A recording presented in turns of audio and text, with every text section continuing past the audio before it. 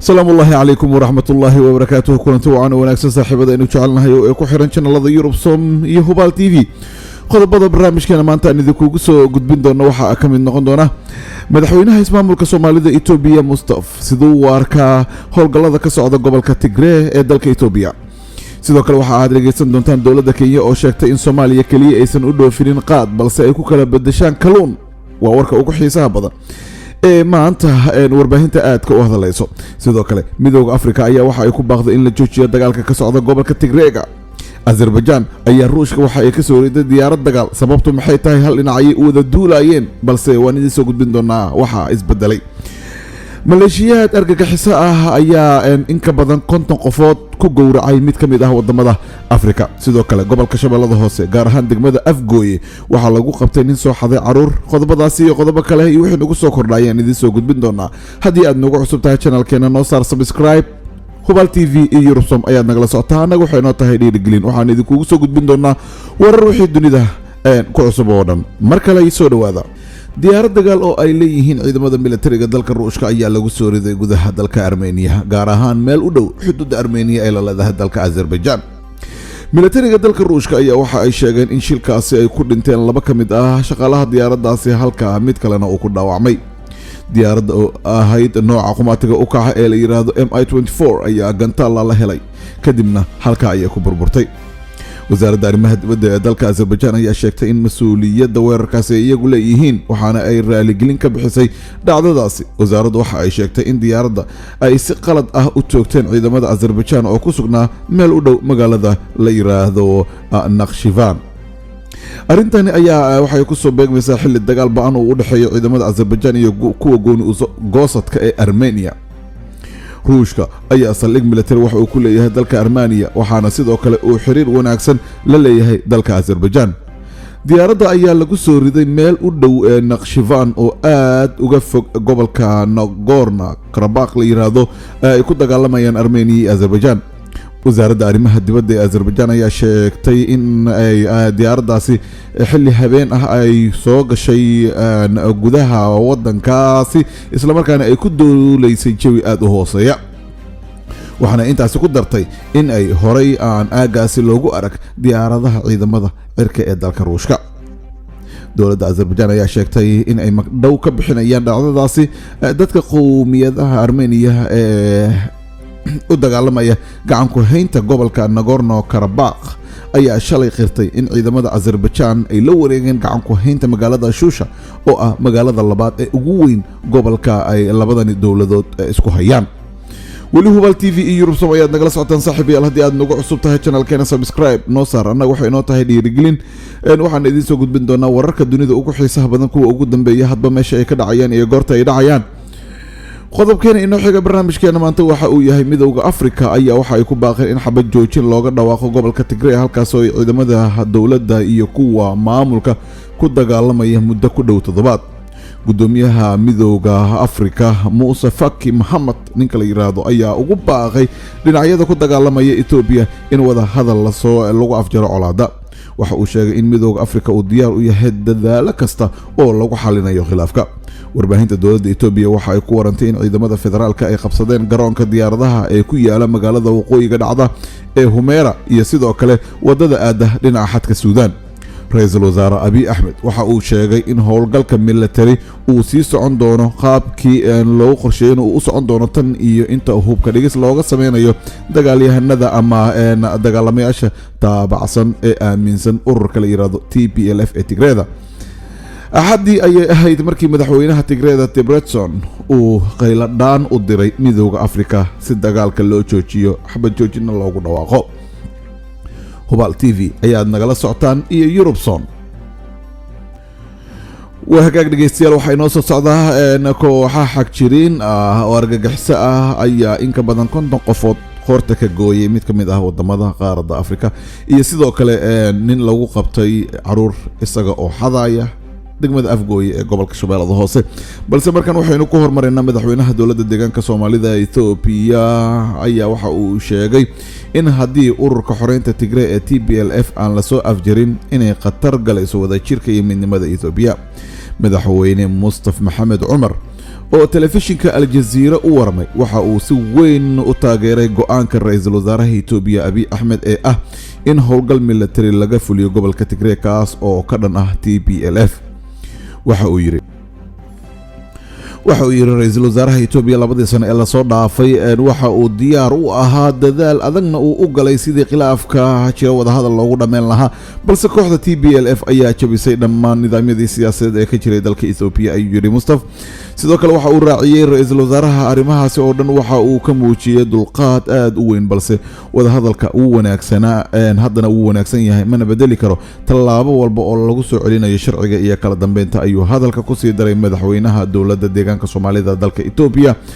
gobolka Tigray waxa weli ka socda howlgalka militariga dowladda oo Abiy Ahmed uu ku tilmaamay in uu yahay mid lagu soo celinayo xasiloonida. golaha federaalka ee dalka ayaana dhowaan waxa ay sheegeen in xilka ay ka qaadeen madaxda gobolkaasi oo dhankooda ayagana wacad ku maray inay isdifaaci doonaan.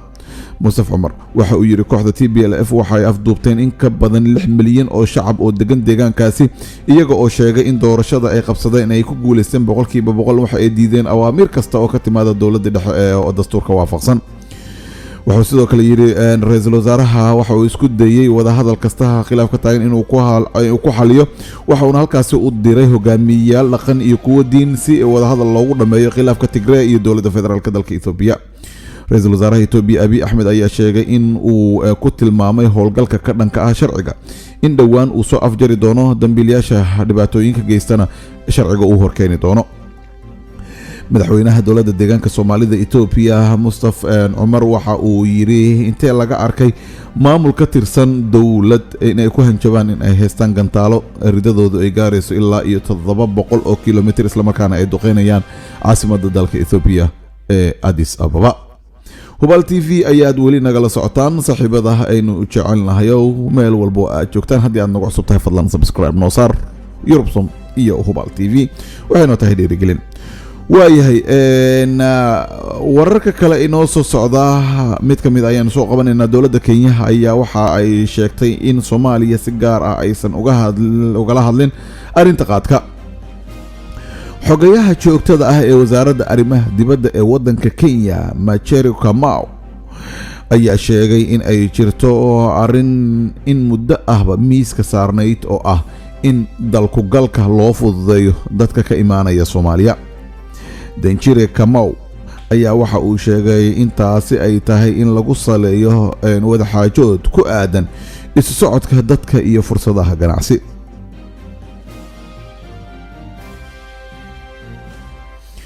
arrintan ayaa waxay soo ifbaxday kadib markii wafdi uu hogaaminayo xogayaha joogtada ah ee wasaaradda arrimaha dibadda waddanka Kenya uu dhowaan tagay magaalada Muqdisho, halkaasi oo madaxda dhigiisa uu kula kulmay Muqdisho isla markaana ay ka xajoodeen arrimo ay ka mid yihiin ganacsiga iyo sidii looga faa'iideysan lahaa fursadaha ganacsi ee labada dal. Master Kamau waxa uu sheegay in madaxweynaha dalka Kenya Uhuru Kenyatta uu aad u xiiseynayay in dadka Soomaaliyeed viisaha lagu siiyo honorable si lamid ah muwaadiniinta Ethiopia, Uganda iyo Tanzania isla markaana loo fududeeyo dalku galka. Master Kamau ayaa gaashaanka u daruuray in wada hadaladii Muqdisho ku dhex maray wafdigiisa iyo kuwa Soomaaliya ay gundhig u ahayd xayiraadda saaran qaadka Kenya ee Soomaaliya la geyn jiray. waxa uu sheegay in isagu uu soo hadal qaaday dhibaatada xayiraadda ay u geysatay beeralayda qaadka ee dalkaasi Kenya.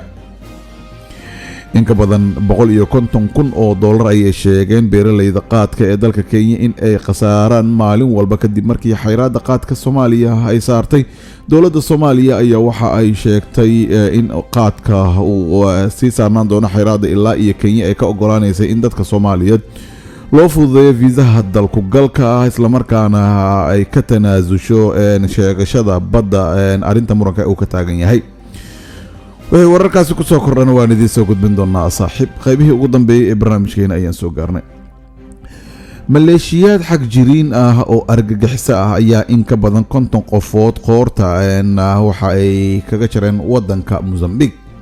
in ka badan 50 qof ayaa qoorta lagaga jaray waqooyiga Mozambique, falkaasi oo ay geysteen kooxa xag jiriin ah sida ay ku warantay warbaahinta dowladda. maleeshiyaadkan ayaa garoonka kubadda cagta ah oo tuulo ku taala u bedelay goob dadka lagu toogto ama dadka lagu gowraco isla markaana 50 qofood ayay hal mar qoorta uga jireen. dhowr qof ayaa sidoo kale qoorta looga jaray tuulo kale sida ay ku warantay warbaahinta dowladda. qorgoyntan ayaa ah kuwii ugu dambeeyay ee weerar argagax leh ay mintidiintani ka fuliyaan gobolka gaaska qaniga ku ah ee Cabo Delgado tan iyo sanadkii 2017. ilaa iyo 2,000 oo qof ayaa la dilay, ku dhowaad 430,000 guryo la'aan ayay badeen iska horimaadka ka socda gobolkaasi oo u badan muslimiin. maleeshiyaadkan waxa ay xiriir la leeyihiin kooxda la magac baxday dowladda islaamiga IS iyagoo siinaya saldhig ay ku leeyihiin koonfur Afrika. kooxdan ayaa ka faa'iideysatay saboolnimada iyo shaqo la'aanta si ay u qortaan dhalinyaro dagaalka ay ugu jiraan in xukun islaami ah laga hirgeliyo aagaasi. dad badan oo deegaanka ah ayaa ka cabanaya in wax yar ay ka faa'iideysteen warshadaha dheemanka rubiga iyo gaaska ee gobolkaasi. qaybtii ugu dambeeyay barnaamijkeena ayaan soo gaarnay saaxiibayaal. Hubaal TV Yurubsom ayaad nagala socotaan. nin soo xaday caruur ayaa lagu soo bandhigay degmada Afgooye ee gobolka Shabeellada Hoose. degmada Afgooye ee gobolka Shabeellada Hoose waxaa maanta lagu soo bandhigay nin la sheegay inuu soo xaday 2 caruur ah. ninka la qabtay ayaa caruurtaasi ka soo watay deegaan duleedka ka ah magaalada Afgooye ee gobolka Shabeellada Hoose. ciidamada ammaanka ee ka howlgala degmadaasi ayaa soo bandhigay ninkaasi oo gacmaha ka tiineysan, waxaana ay sheegeen in ay baaritaan ku sameyn doonaan. ilmaha lagu qabtay ninkaasi ee la sheegay inuu xadayay ayaa kala ah wiil iyo gabar, waxayna kala soo muuqdeen sawir laga soo qaaday oo ay soo qaadeen booliska isla markaana ay baahiyeen.